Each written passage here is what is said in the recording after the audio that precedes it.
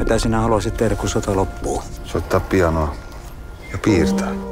Taiteilija. Touko Laaksonen. Sun pitää löytää joku ihminen elämääsi. Mulla oli sellainen sodassa. Joku Lotta vai? Hävittäjä lentää. Onko tämä teidän? Pala paperia. Ei sulle vain palaa paperia, se on atomipommi. Have you published this in Finland? It would be easier to publish these in the Vatican.